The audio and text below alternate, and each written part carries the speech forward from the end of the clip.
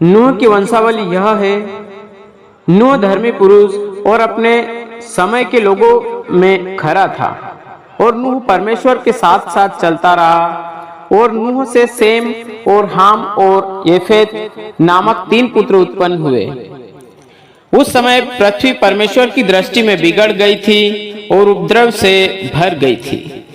और परमेश्वर ने पृथ्वी पर जो दृष्टि की तो क्या देखा कि वह बिगड़ी हुई है, क्योंकि सब प्राणियों ने पृथ्वी पर अपना अपना चाल चलन बिगाड़ लिया है था। तब परमेश्वर ने नूह से कहा, सब प्राणियों के अंत करने का प्रश्न मेरे सामने आ गया है, क्योंकि उनके कारण पृथ्वी उपद्रव से भर गई है। इसलिए मैं उनको पृथ्वी समेत नष्ट कर डालूंगा। इसलिए तू गोपेर वृक्ष की लकड़ी का एक जहाज बना ले, जिसमें टोकरियां बनाना और भीतर बाहर उस पर राल लगाना।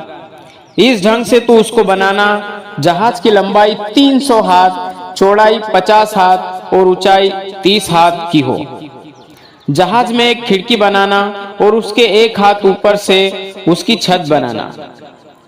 और जहाज की एक ओर एक द्वार रखना और जहाज में पहला, दूसरा, तीसरा खंड बनाना।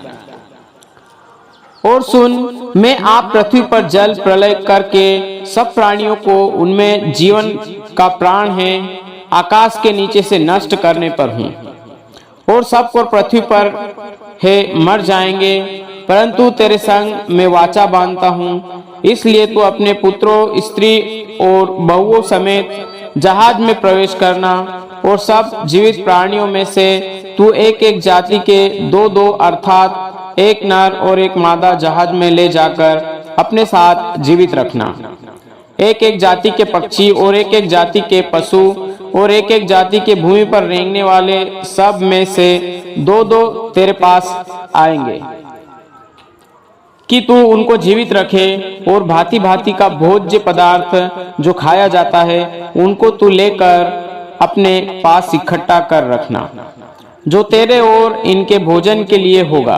परमेश्वर की यह आज्ञा के अनुसार नूह ने किया।